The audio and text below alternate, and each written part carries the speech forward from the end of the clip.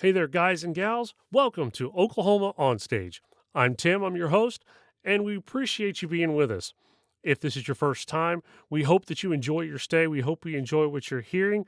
Just remember, you can also find us on Facebook and Instagram, and our website is oklahomaonstage.org. There you can find all of our past episodes, a newsletter, as well as a monthly calendar of events going on all around the state. Also, if you want to add something to that event calendar, just let us know whether it's an event, a production, or an audition. You can add it just by sending us an email at oklahomaonstage, all one word, at gmail.com. Also, you can send us any comments or questions to that same email, or you can use the comment form that's on the website. We'd like to ask that if you do like what you're hearing, that you leave us a rating or a review. That kind of helps people find us, and you can usually find that at the landing spot wherever you listen to your podcast. Scroll down, see ratings and reviews. Again, thanks for joining us. Sit back, grab your favorite drink, and get ready for another great episode. Oklahoma on stage, the stories come alive with drama, dance, and music. The arts always thrive. From center stage to backstage lore, Oklahoma on stage, there's always something more. Welcome back, everybody, to Oklahoma On Stage, your one-stop shop for all things theater in the great state of Oklahoma. Our guest today is no stranger to the spotlight and shines no matter what stage she's on. She's been under the warm glow of the stage lights, dazzled under the twinkle of crown jewels, lit us up in some holiday magic, and is bringing her very own sparkle to the Wild West. She's walked the runway as Miss Oklahoma, lit up the tracks on Oklahoma's Polar Express train ride, and is currently performing stunts at Frontier City. Today, we're going to take a dive into her past, dance around in the present, and look ahead to what spotlights she's going to tackle next. Oklahoma On Stage family, please join me in welcoming Miss Gabei Williams to the podcast. Whoa, that was good. Thanks. That was cute. Thanks. I'm so excited to be here. All good. Okay, so elephant in the room, since we all know a little bit about you, which came is kind of that chicken and egg thing. Which came first, theater or pageants? Theater came first. I've been dancing since I was 2 years old. My dance instructor from a very small town, so theater was not really a thing. To have a dance studio was an incredible honor or privilege for us. And I was about probably 4th grade, and she was like, "Have you ever heard of musical theater?" And I was like, "Is that when they sing song and act and dance?" She was like, "Yeah." Introduced me to musical theater, fell in love. And then here we are.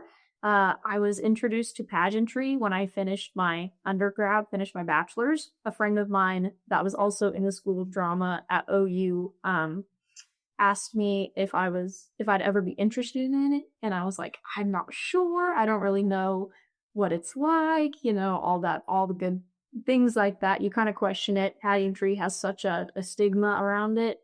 And especially in Oklahoma, it's kind of hard to perceive it as one thing and something else when you've heard so many things. And I said, but I miss leadership and I miss being involved and getting my hands dirty and being in my community. And she was like, did you know you can combine all of that? And here we are. I'm 2 years deep, and it's been the most magical and empowering thing I could have ever chosen to do. So what was your first pageant? Royal International Miss Oklahoma. From there, they have 2 different divisions inside it. So Royal International has the Miss division and the Real Model division. So it's the same age group, if you will. The best way I explain it is the Miss division is a lot more catered towards leadership and mentorship, while the Role Model division is a lot more community service. So both very high in their regard, but a little bit different in terms of what you're more geared to. Okay. Yes. And then the Miss Royal Miss you were just involved with again. Yes. So I represented the heart of Oklahoma. That was my title. And I just got back from Florida yesterday where we had our international pageant competing with Miss Australia and South Africa, the United Kingdom, Canada, Mexico, all these amazing places from around the globe. And I got first runner up in both categories. Which was so awesome and so cool. But truly the biggest reward with that was representing Oklahoma in that regard. I mean, all these amazing, beautiful countries you think of, when people go on vacation, they don't necessarily say, I'm going to go to Oklahoma. So to shine in that way for Oklahoma was just so awesome. That's great. That's great. I always ask that question anytime somebody says, well, I'm from New York or I'm from here. And I was like, hey, you're in Oklahoma. Why? From what brought you here? So yeah, that's always an interesting thing. So that first pageant, how did that moment shape you as a performer or as a person? So it definitely, I like to use the word, it refined me a lot. So being a theater person, we are very outgoing personalities. I like to say that I'm very vibrant. No, I'm so shy, so incredibly shy.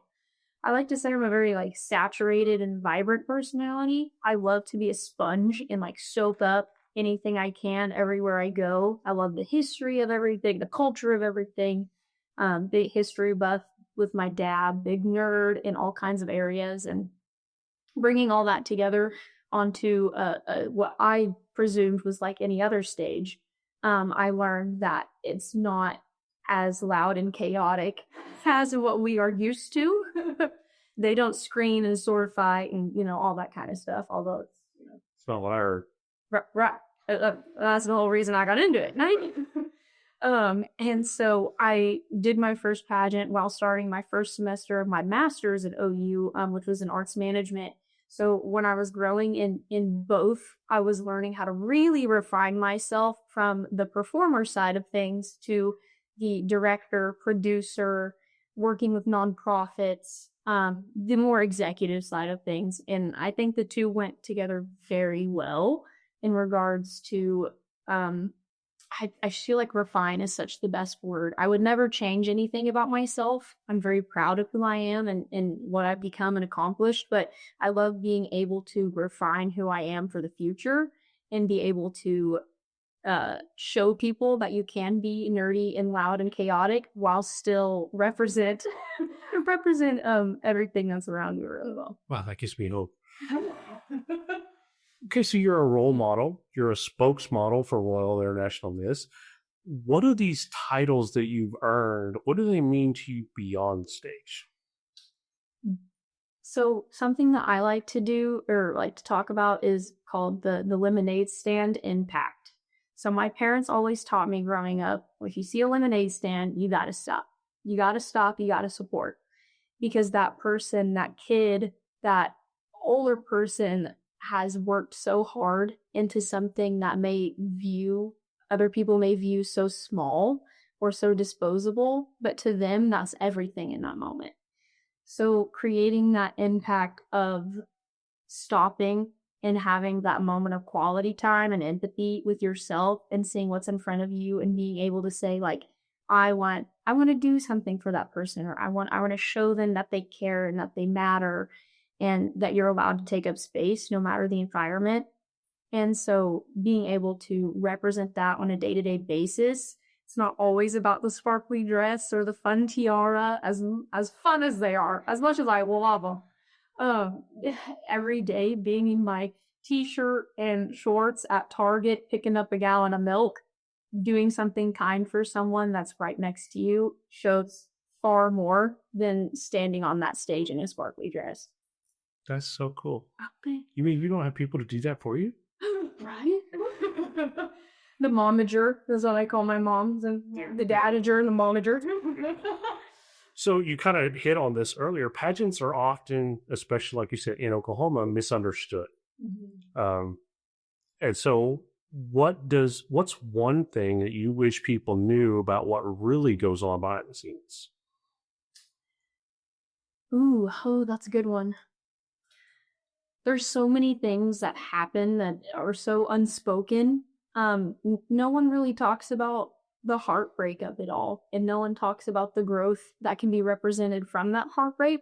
I mean, I think Taylor Swift represented that very well in her song, like I Can Do It With a Broken Heart, talking about how she still goes on tour, she still takes pictures, she's smiling, she's living every day like it's her last, yet little do people know, like, she's worked so hard for something and then it may not have went her way. Same thing. I mean, I had a lot of people ask me like, "Oh my gosh, you just got first runner up in like a matter of 30 minutes twice. Like, are you okay?" And I was like, I'm great because I surpassed my personal goal. Last year I didn't even make semifinals. Which is, so I was like, as long as I make semifinals, like I'm golden. Like that's my goal. Absolutely. And then this year to go far past that, I mean, my eyes in every single video, I think are the size of golf balls. Because I just did not anticipate it at all. They kept saying Oklahoma, and I was like, oh, that's me. I'm from. And my director was just like, go, go, go. And like, me not even like realizing it was me because I just didn't, I don't really see myself into that regard necessarily. I'm very proud of everything, but I was like, there's so many awesome people here. It's gonna be her. It's gonna be her.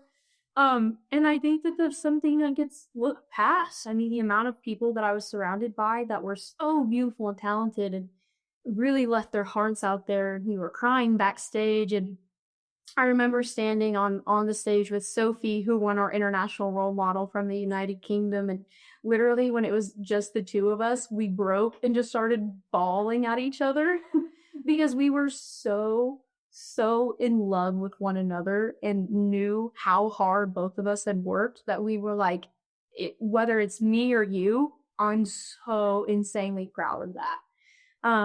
And just hearing everyone behind us with the same energy, everybody worked so hard, but everybody was so proud of what was accomplishing and what was happening. And typically pageantry is perceived as very like cutthroat and very like, I'm better than you, or very, you have to look a certain way and be told a certain thing and dress a certain way. And I literally posted on my Instagram today, like, my gown is not custom. It's from the sale rack. I did my own hair and makeup. I did my own spray tans, my own everything. I don't have a fancy manager that was there. My best friend coached me. My colleague took my headshots. I mean, everything was because of networking and the amazing community that Oklahoma offers.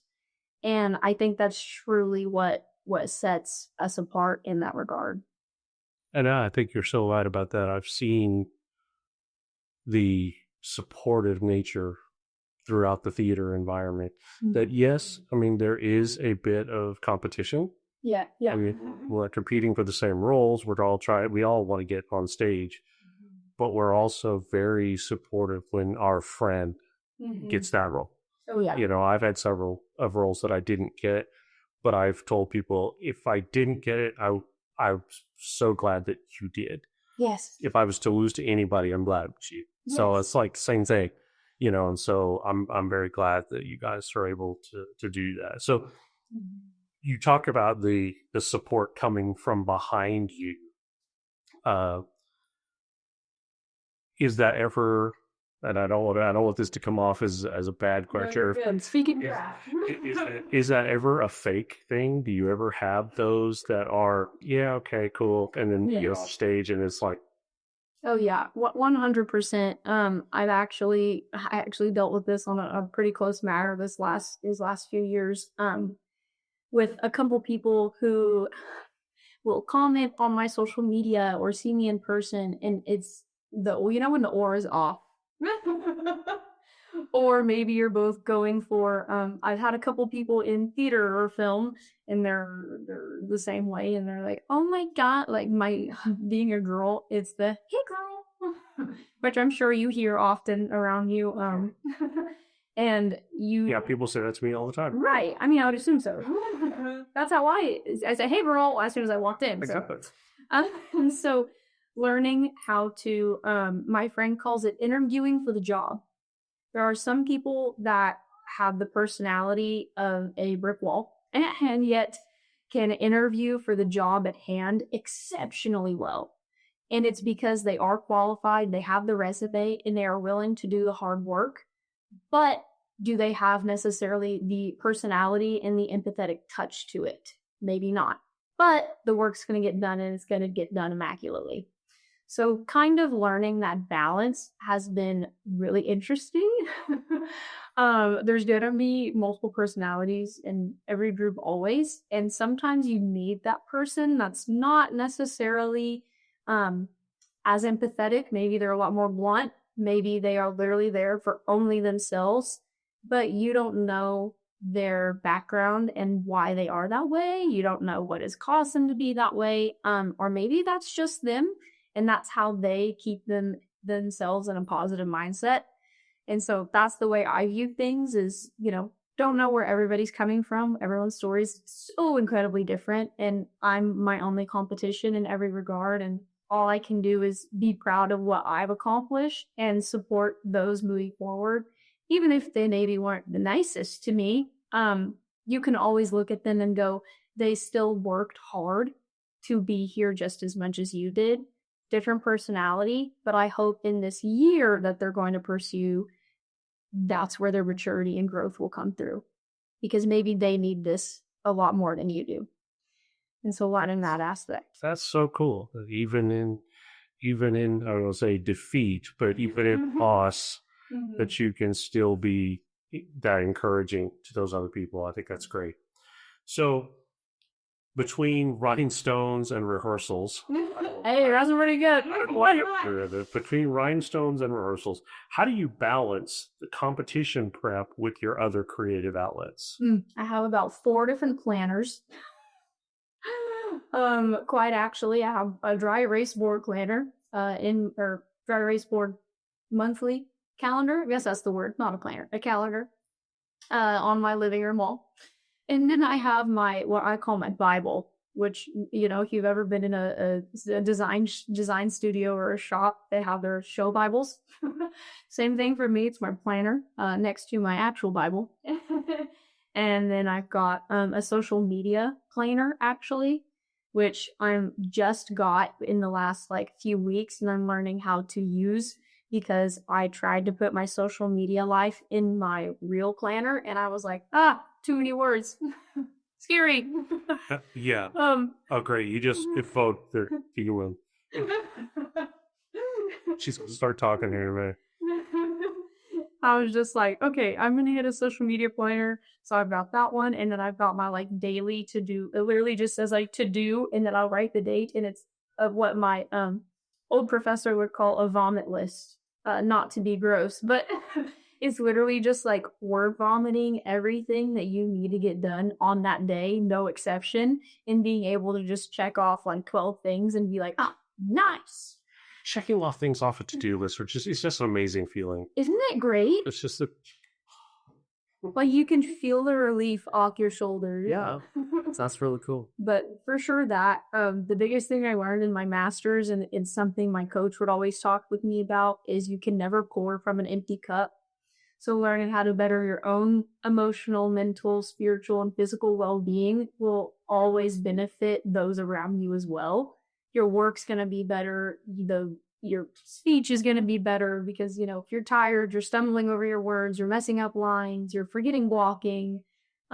Just in every regard, when you better yourself, it's better for everyone around you that it's going to impact. Very true. Very true. So you got a master's degree? Where'd you get your master's degree from? Both are from the University of Oklahoma, Boomer Sooner. And thank you for joining us. Yeah. Aw, don't tell me you're for that other team. I am. It goes way back to my grandfather. I hated Barry Switzer, but Goodbye. so yeah, it's a long way. But I have always been for my whole life. I root for both unless they're playing each other. So. No, exactly. So, yeah, I can be friends. I root for Tulsa, so Hey, that's big. Yeah. Okay, so baseball. Where do you watch baseball? Yes, I do. Okay, MLB. I'm a Braves fan. Okay. I've been since I was a little kid. So I can. early 90s, I became a Braves fan and kind of followed them, through their great pitching years and then through their not so great years. My wife is a Cubs fan, so she's even worse off for years. It's such. I was raised. No one come at me after this. I was raised on the Yankees. There's that button. That part will be censored out. So, Hey, and the Rangers, of course. We're from Oklahoma, but yeah. So, okay, yeah. But I tend to not follow a lot of pro sports. I've just over the years I've seen that when they start playing for money, they lose their passion for the sport. 100%. I think one of the few exceptions of that was Barry Sanders. I mean, he played his contract out at Detroit, made enough money, as he said, to build his mom a house. And when his contract came up to renew, he said, I'm out. Yeah. He's professional about it. He could have gone anywhere and made millions, and he didn't. Yep. So anyway, but it had nothing to do. It's the rabbit holes. I love them, but it's the neurodivergence. So, so what's been your proudest moment in pageantry? Ooh, proudest moment. I'm going to give an on stage would be this last week. Well, kind of how I said, like representing Oklahoma, and I truly owe all of that to my family, but to the community we have here. Would not have been able to make it that far without the support from our community. And then I would say off stage, I actually created a conference this year. So my platform is called Clothed in Confidence. And for anyone that's unsure what that means, so a platform, I like to call it a community service initiative, where you'll hear CSI a lot, because people hear platform and they're like, I don't know what that means. Like a shoe, platform shoe. Like, we got those too. But so your community service initiative is something near your heart that you choose to share as a title holder in ways that you can make an impact with. So as a performer, I chose Clothed in Confidence because one, I love clothing. It's the way I use to express myself. But two, in the arts, we're constantly changing who we are. And so one thing that I work even with like my therapist about it, and she'll say like, okay, who are you this week? And I'm like, oh, well, And so we have to find ourselves while constantly being someone else. And it can be so startling on ourselves. And sometimes we forget to process who we are and what we've been through. Or maybe if you're in a very sad show and you're having to constantly pull from that dark place to fulfill that role to the best of its ability, you forget who you are on your happy days.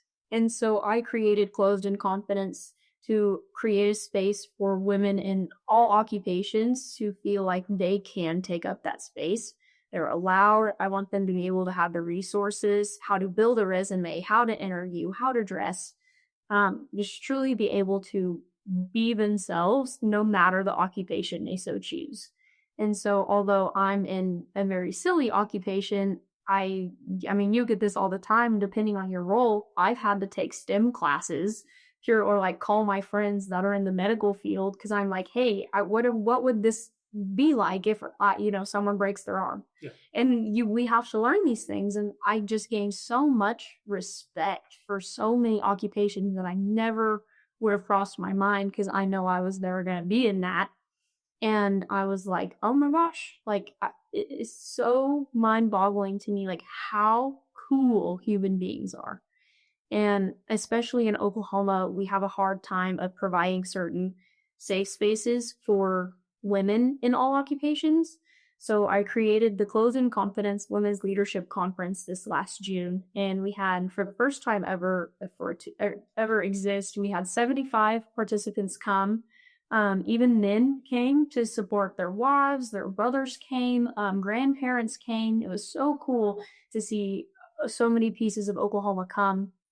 We had women that came and told stories of how they immigrated to the United States. And we had people say, I'm literally from New York or California, and here I am in what I thought was going to be the middle of nowhere. And yet I fell so in love with such an awesome state and community. And the entire conference was nonprofit. So all the proceeds went to Dress for Success in Oklahoma City. So that way we can continue to change that path and have accessibility for those women. But it's just so awesome. And that's definitely my proudest offstage moment. I can imagine. I can see that, and that's a very cool deal. So, okay, so we're going to shift gears a little bit Right. and get off of the pageantry. So, growing up in Oklahoma, how did you kind of talk about how you discovered theater? So, was there a moment or a mentor that made theater just click? Definitely in college, in my bachelor's. I had the same professors. OU School of Drama is very little. So one thing that I like to talk about is like May of 2023, we had about 5,000 students graduate from the University of Oklahoma. Inside that, we have 5 colleges for the school College of Fine Arts. So we had about 130 kids between all 5 schools. School of Drama alone had about 21. Design and production, we had 5, and then I was the only one that was in costume. So I was one out of like 5,000 something kids, and I use that to show like how intimate our school is, and I think that's so insanely amazing. And I'm so grateful for how intimate it was. My classes were so one-on-one. The biggest class I ever had was like 12 people. And I think that that's such a cool opportunity that OU does provide.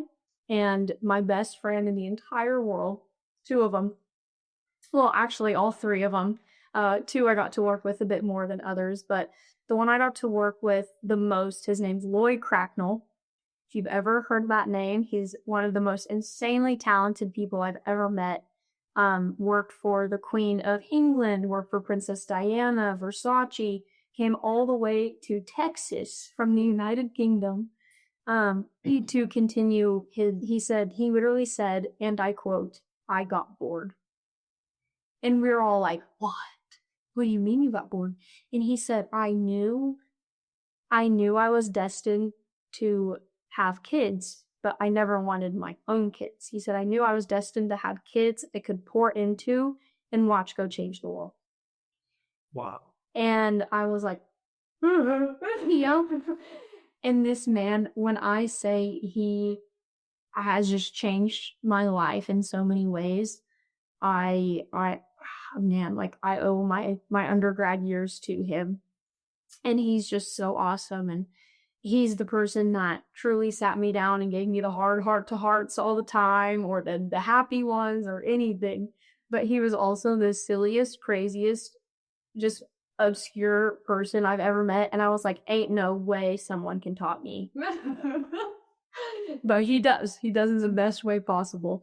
But him, I also would say for lighting design, Renee Brode, she was our first lighting design head mentor that was a woman.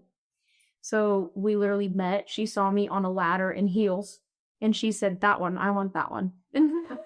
And so then I added lighting design and went under her wing, and it was just such a cool girl boss of a woman. Holy moly, she would get on planes, go to Canada, do something for a week, come back, full swing, smile on her face. Let's get back in the game. It's 5 a.m. and I'm ready.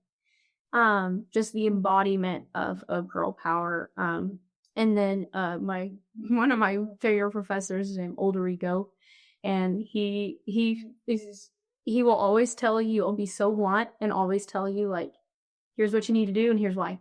And you never want to hear it, but you know you need to hear it. And I'm always so grateful that he was there to be like, okay, well, that's not very good. I'd be like, oh, thank you. It took me 2 weeks. But you need to hear it so you can grow. And he was always that person to do it. And so he's just so awesome. He always was so excited, and he was so caring. Loved my dog, which was great. He has his own little puppies, and so he was always just so excited to hear about your personal life and everything going on. And I mean, I owe so much of my collegiate career to them, and for shaping me into everything I am today too. Well, that's very cool. I love to hear stories like that. So, okay, so Polar Express. Yes, the Magic Train. Yes. How long have you done Polar Express? That was my first season. Just the one? Okay. Yes. So what was that experience like for you as a performer? Oh my gosh. Crazy and magical. I literally said to my friend, this was like a month ago. My co-elf, her name was Ashley, and we're like best friends to this day still. She's at Frontier City with me actually, but in a different show. I was talking to a different friend, and I said, yeah, my co-elf on the Magic Train. And my friend stopped me and she was like, if I was not an actor, do you know how crazy that sentence is? Yeah, I could see. But I was like, But the rest of us was like, oh, okay. yeah, exactly. Exactly. Like, I know what you're talking about. Right?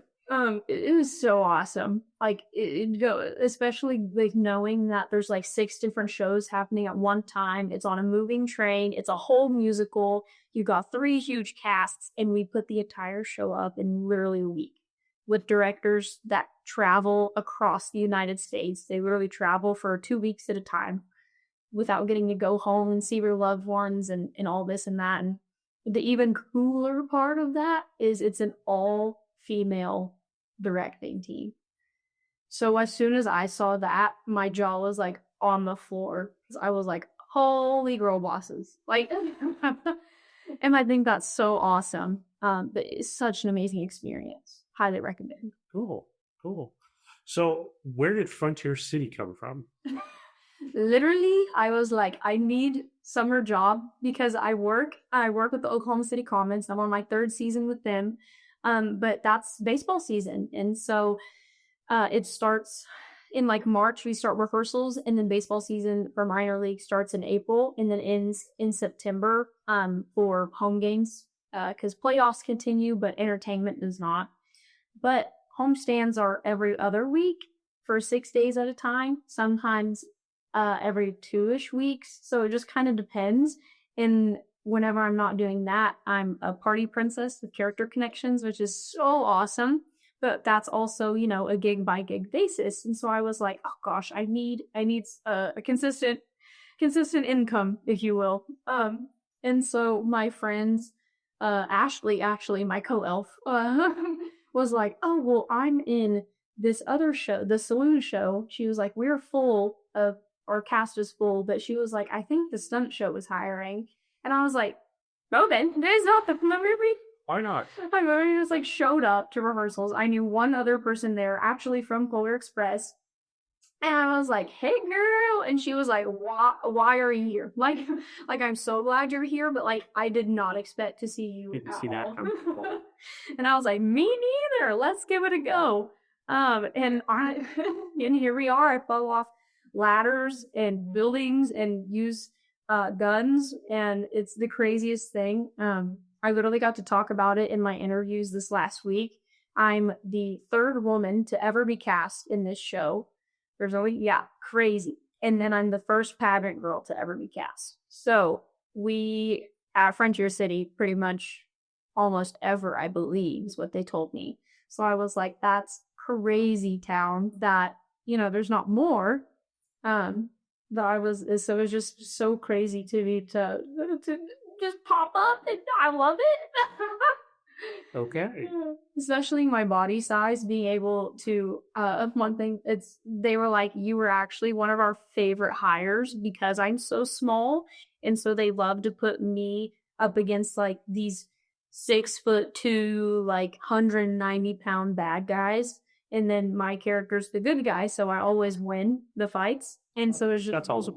right. And so it's so comical to see me fighting like my friend Mackenzie, who's this like tall, like buff guy, and he just like falls to the ground after my little fist like smacks him.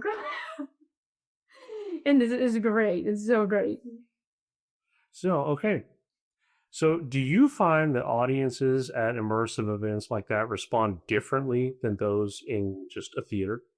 100%. So I like to say that I have learned as a performer, I much rather would perform with an audience than at an audience. So although I do love both perspectives just as much, my personality is I could yap for hours through a brick wall. and be at like, I know the brick walls, social security number, and father, and 10 generations, that's just my personality. So I love both sides of it very equally, but performing with an audience, I feel like creates a very different form of memory. And it also can translate audience wise. So there's been some audiences, like on the Polar Express, some people only wanted to be there and they only wanted to view it. They didn't want to be a part of the dad jokes or come dance or anything like that. And same thing with Frontier City.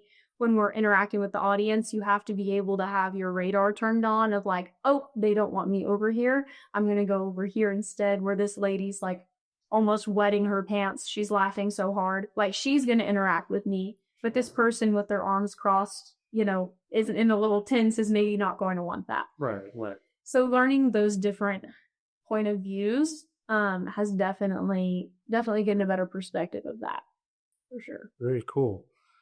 So if you could step into any dream role, whether on stage, in a theme park, or in a train car, what would it be and why?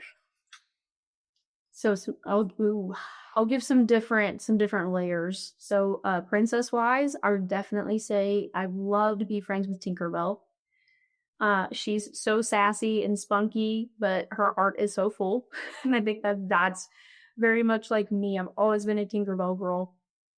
So that would be awesome. Show wise, I would love like Elle Woods or oh gosh. Never played Elle Woods. Crazy. I've been Karen Smith from Mean Girls. So that one, and that was a dream. No, it was incredible. Oh gosh, so many different things. Anything Disney. Anything, but at the same time, would absolutely love, like Veronica from Heathers, to get that more like darker streak, or like, like Wednesday Addams, things that you look at me and you wouldn't necessarily think I could do. And I think that creates such a beautiful challenge for the audience to see. Yeah. And see like that. Like, I love looking at a playbill or something and you see the headshot and then you look up and you're like, ain't no way. And that's not as easy. Yeah. Or if you know the person and they're, rainbow, glittery, whatever, but then they're, Beetlejuice or Wednesday Addams and you're like, huh? Right, yeah. That's very cool. I like to see somebody do something that you don't expect. That you don't see that coming. So Yes. That's very cool. So you've built this. We're going to talk about now what's next Okay, for Gabei great. Williams. You've built this vibrant mix of pageantry and performance. What's on the horizon that something that you're truly excited about? So in about a couple of things that are super exciting, in the next a little less than 2 weeks, I leave for another national pageant.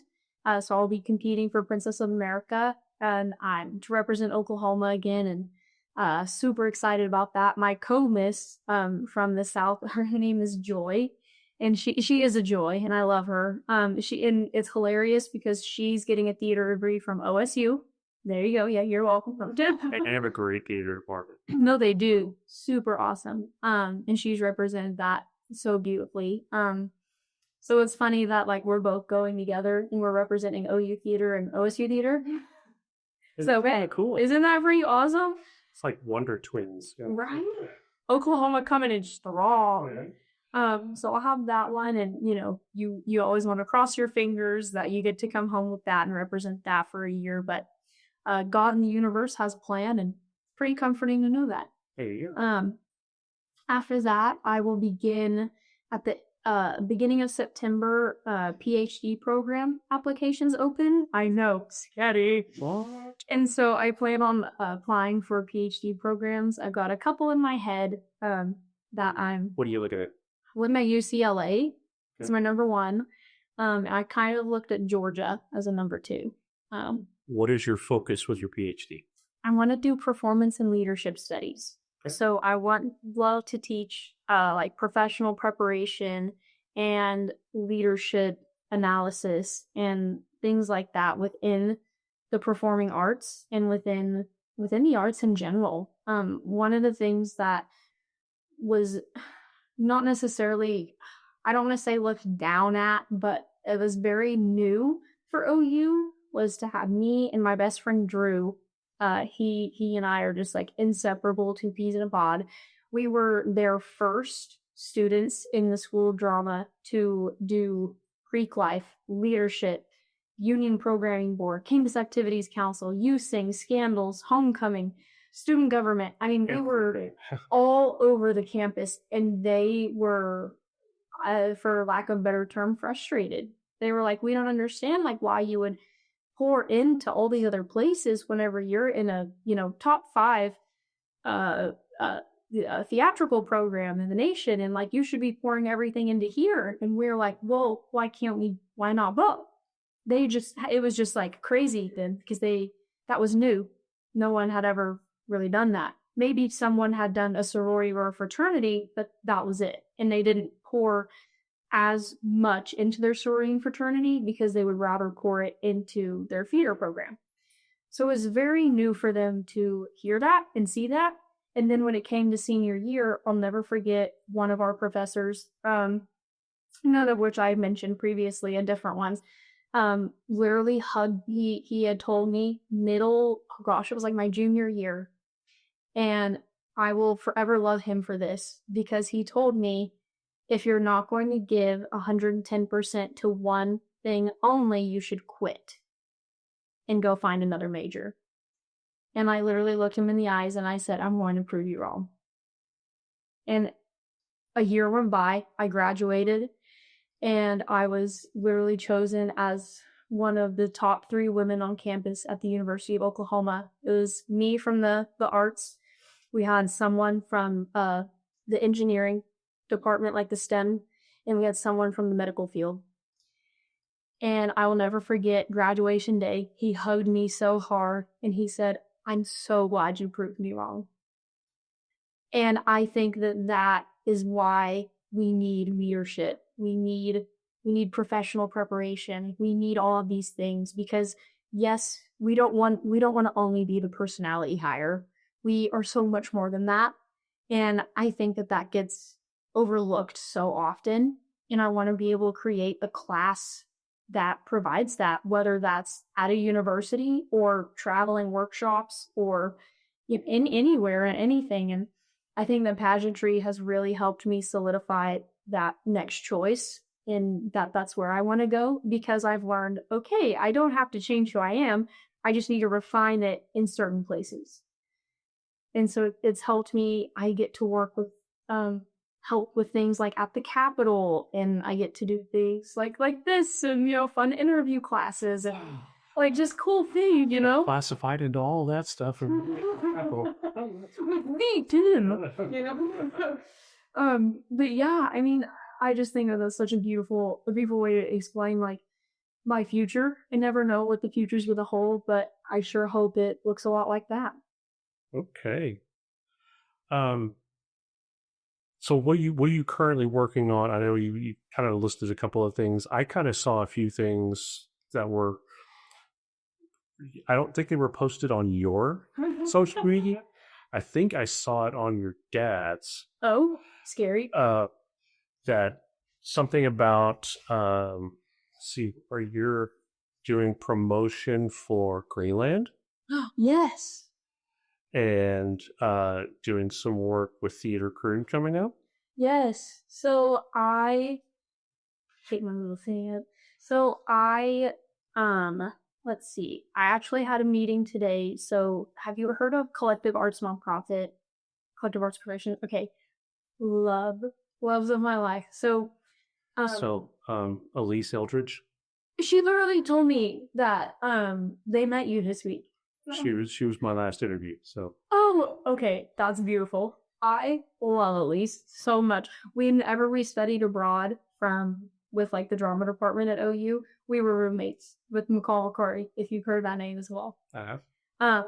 So we're just like after like we were great friends before, but when you live together in a foreign country, right, holy bonding. And so So yeah, co-arts, I've worked with them, oh gosh, pretty much since they started in 2020.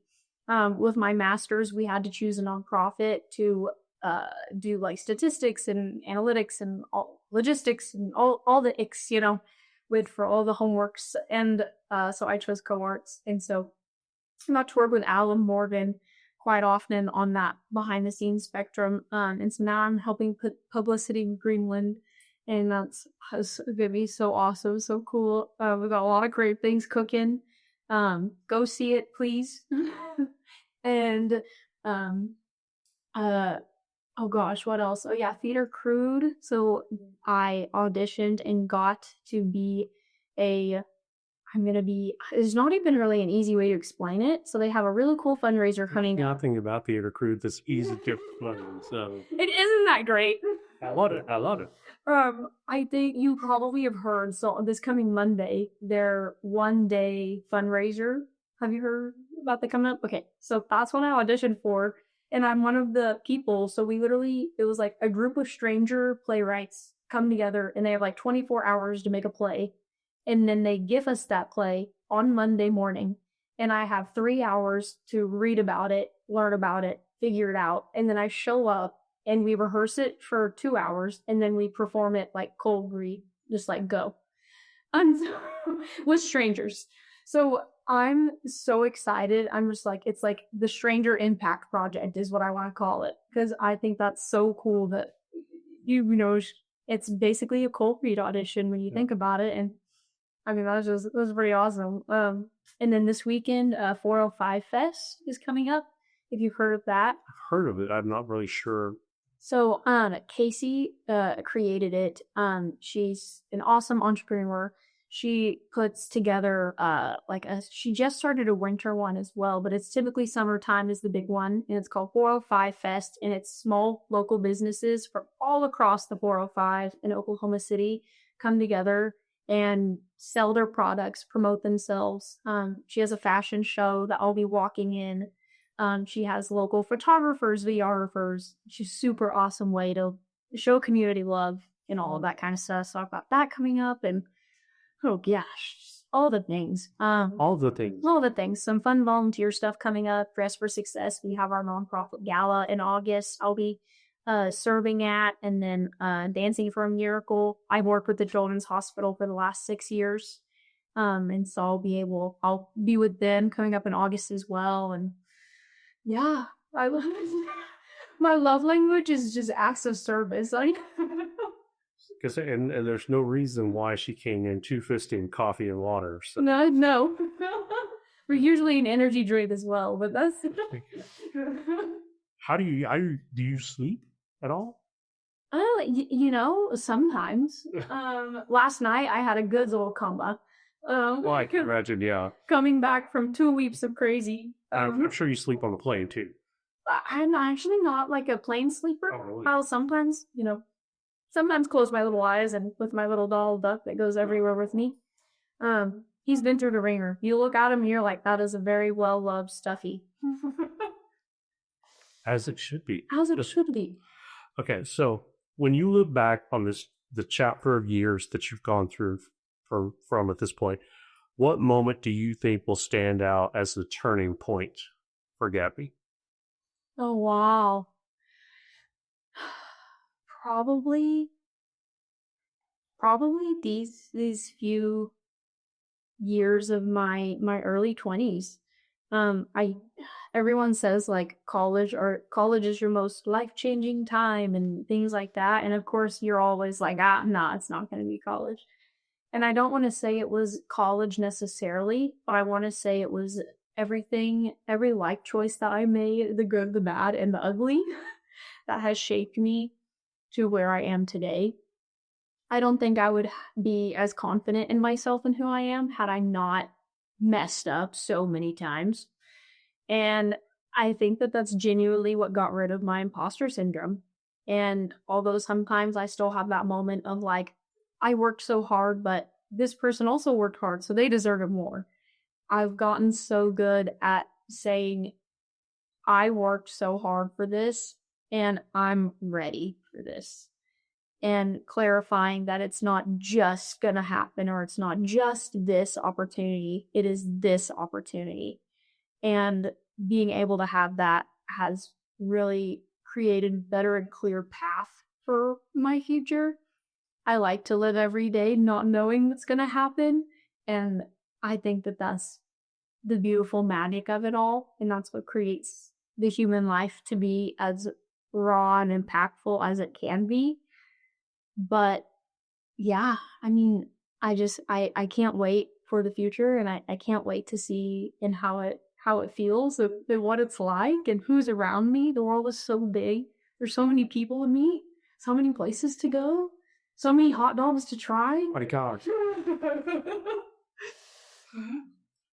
If you had to leave the listeners today with one piece of advice about finding your voice on stage or in life, what would it be? Ooh. Never stop. Never tell yourself you're too loud. Never tell yourself you're too quiet. Never stop talking. I get called Gabby all the time. And I think that that is the best nickname that could have ever come about for me. If it wasn't for my voice and who I talk to and how I talk to people, whether it's the Starbucks line and I'm complimenting someone on their necklace or something, or walking to class, or going to a conference and with complete strangers, I find my people by simply opening my mouth. And I think that that is one of the coolest things that we have as human beings. Don't be scared to say hi. I think that that is going to take you so far, and it's such an easy thing to do. Having that short conversation with someone.